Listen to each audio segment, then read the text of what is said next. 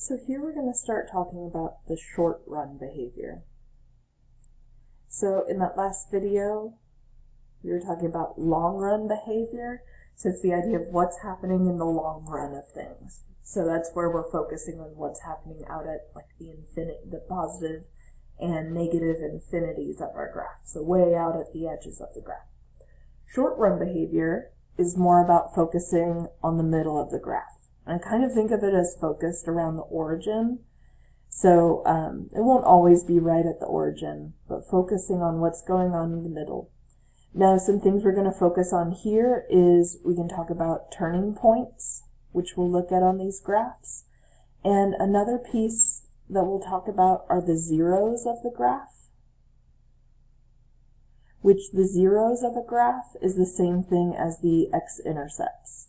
So where we're crossing the x-axis. So let's actually talk about both of those pieces with these graphs. These graphs are showing kind of the maximum possibilities of everything we could see. So with this figure 7 here, this graph right here is degree 2. Like this is similar to our x squared. Even though we can see it's moved around a bit, in terms of the main component, it comes down to is its degree 2. So what we can see is zeros of the graph. We have 2 zeros of our graph here. Sorry, I'm just remembering that zeros does not have an E. So zeros, zeros. Such a little thing, but okay. So this graph has 2 zeros, so that's what's showing up with the pink points.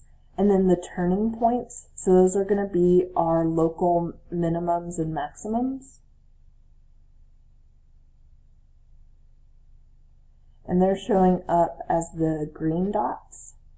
So for this first graph, number of turning points, turning points, 1. So everything we're seeing from this graph is we have this 1 turning point right here. We have these 2 zeros. And this is coming from a polynomial that's degree 2. So this is what we're going to do for each of these cases. So we're going to keep going with these and try to notice some patterns. But again, what I want to emphasize here is that with these graphs we're seeing the maximum possibilities, because like in terms of zeros, I could have something that's degree 2 with 1 turning point, but maybe it does something like this, and then we would only have 1 zero. Or I could even have something like this that would have no zeros. But in terms of making a graph where I see the maximum number of zeros, that's what's showing up with the pink and green dots down below there. So that's what we want to focus on. But we just should recognize that we could have less. All right, figure 8 here. This is degree 3.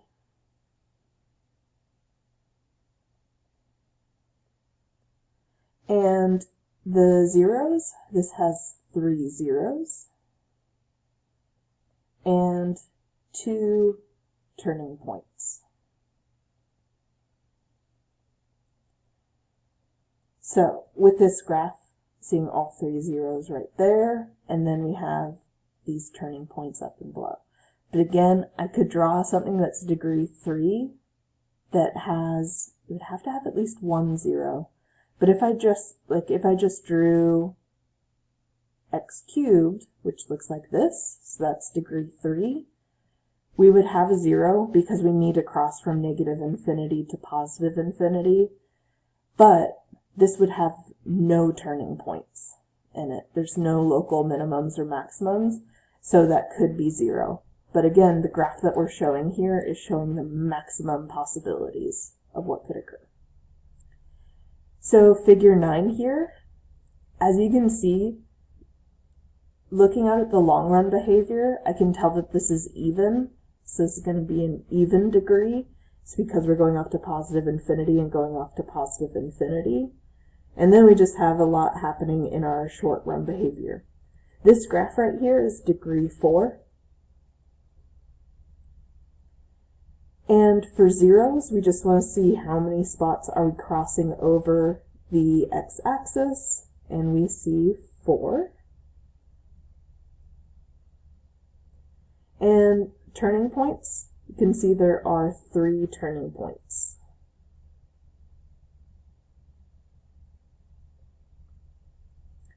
Alright, and this last one here, I can tell this is going to be odd degree because we're going from, in terms of long run, negative infinity, and then off to positive infinity. So this is going to end up being degree 5. And I'm just giving you these degrees. Like if someone said degree 7, that's a possibility here.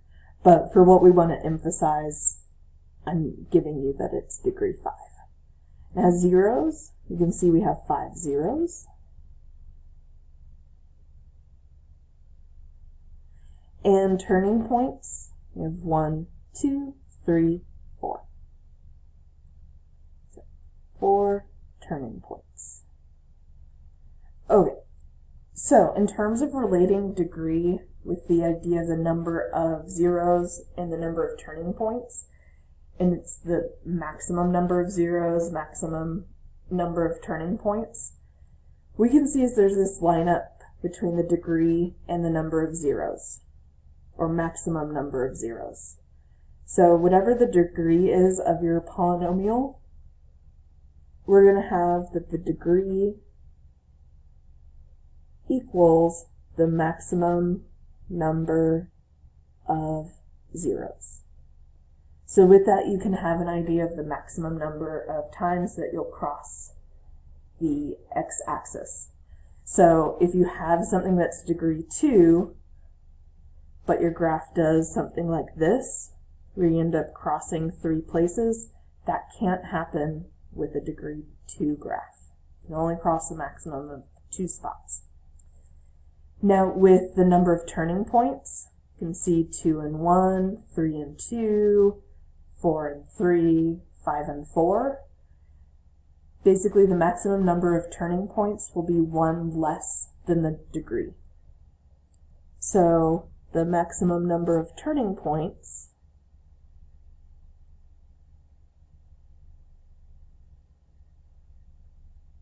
equals the degree minus 1. So that's some short-run behaviors that we have if we know the degree of the polynomial, how we can expect the zeros and turning points to behave together. So now let's focus on the zeros of a graph. And actually, before we talk about this graph on our paper, let's go over to Desmos. Now, we aren't going to worry about factoring big polynomials. If it's a quadratic, we have all the rules for factoring the quadratic. We can still do that. But as we get these really long polynomials that are degrees 6 and 7, I'm not going to make you factor those. But what we should be able to do is read the factored form of a polynomial. So the factored form could look something like this, having like x minus 2 times x minus 5 times x plus 1 times x plus 6. Maybe not quite 6. Yeah, that's good enough. So this is stretching kind of off the page here like that, but we'll talk about degree in a second. But in terms of short-run behavior and focusing on the zeros, if I zoom in here, I can see I'm crossing the x-axis at -2, -1, +2, +5. Now those numbers directly relate to the factored form right here. Where I see this -2, that's connecting to this +2, 0. And where I have this -5, that's connecting to the +5. +1, -1, +2, -2.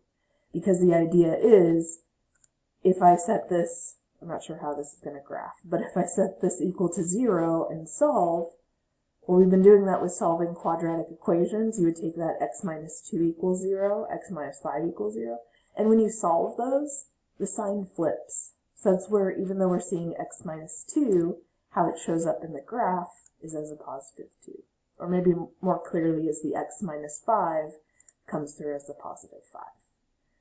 So if we have this factored form of a polynomial, you have your zeros of the graph. That's just being given to you. Now, pointing out the long-run behavior of this graph, where I zoomed out, what we can see is we're going off to positive infinity here. So on both sides, which makes me think this is an even power. And what that's coming from is, if we think about that multiplication of polynomials that we just reviewed, what we would start doing is we would just start distributing. But in terms of long-run behavior, all we're interested in is what's going to be that highest exponent on x. And what that comes from is multiplying x times x times x times x. So I don't really need to worry about any of the other pieces, because those would all have degrees that are less than that maximum that we're getting right there, which is degree 4. If I multiply all of those first terms together, I'm going to get x to the 4th, which gives me this long-run behavior of what we would see with an even degree polynomial like that.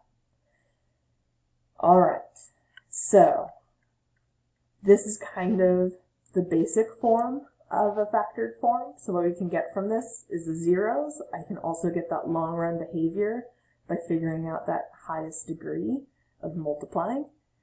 But now let's see what happens when I put an exponent on one of these.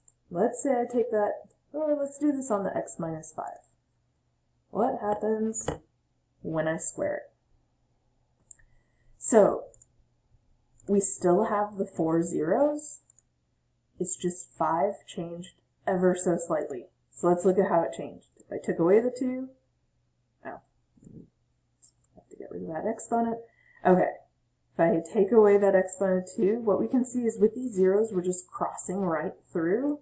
But when I put in that exponent of 2, now I think a lot of math teachers call this the bounce. It's like we bounce off of that 0. We still have the 0 there. What's happening is it kind of looks like a parabola. It looks like x squared. So I think of that with these exponents.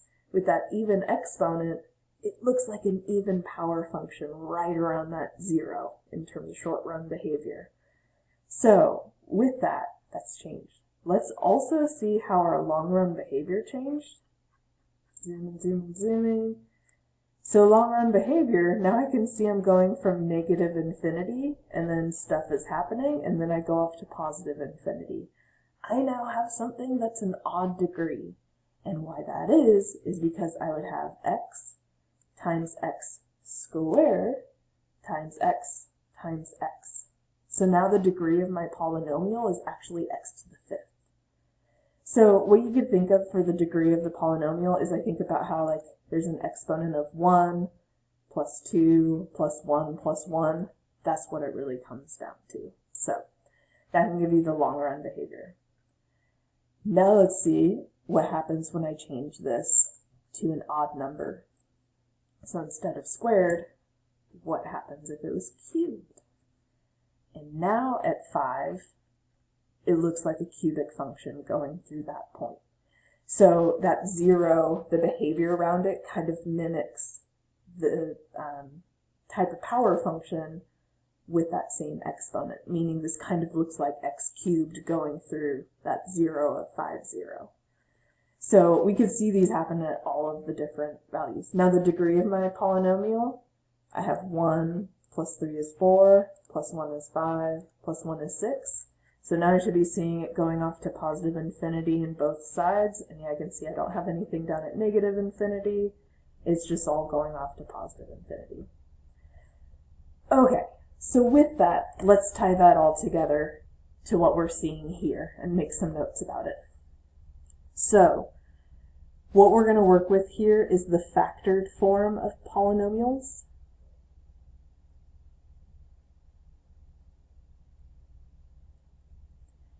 And what this will show us is it'll tell us the zeros of the graph. It'll also give us an idea of the degree of the polynomial. And then we'll just have to pay attention to which zeros get exponents on them based on the shape around that point. So we have these different shapes that can occur at the zeros. So like this bounce, as we talked about, occurred when there was an even, what we'll call it is a multiplicity. So this is an even multiplicity. So that 0 would have an exponent of 2, 4, 6. It would be an even number. Typically we just go with 2 on it unless we need to bump up the degree of the polynomial, but we won't really come across that. So 2 is good there. When we just cross through, that's the typical form. So let's see. So this is where it bounces and it kind of looks like x squared. Here is where we cross through and it kind of looks like a line, like x. So this is where we would have a multiplicity of 1. So we would just have an exponent of 1 there. And then here, where it looks like a cubic function, so this is where it kind of flattens across. But the general shape looks like x cubed. And this is where we would have an odd multiplicity. So we'd be seeing this exponent of 3, 5, 7, etc. But typically we go with 3. So for our function that we're graphing here, the zeros, I can see that there's a 0 at -5, -2, and 1. So I have 3 zeros. So for the factored form, what I could do is set up 3 factors. Since we see one at -5, I would have an x plus 5. Since we have a -2, we have an x plus 2. So again, we switch those signs because when we start, if we solve for those, the sign flips. And then where I see +1, I would go x minus 1. Now, when I'm looking at the 0 for the x plus 5, when I'm at -5, I can see this bounce occurs. So what that tells me to do is put an exponent of 2 onto that 0. So that'll give the bounce off of that 0. At -2, we're just crossing through, so I'm just going to keep that exponent of 1 there. I'm not going to change it. And then at x minus 1, what I can see is we flatten across like a cubic function. So I'm going to put an exponent of 3 there. And that would give the shape through that 0. Now checking the degree, because I would expect the degree of this polynomial to be even, since we're going off to positive infinity, going off to positive infinity. And what we can do, like I was saying, is just add up the exponents and just imagine that there is this exponent of 1 right here. So I'd go 2 plus 1 plus 3, which is 6, which works great for that idea of having an even degree to get that long run behavior. So we're going to talk more about these multiplicities and zeros. This is kind of a rundown of how these show up in our graphs of polynomials.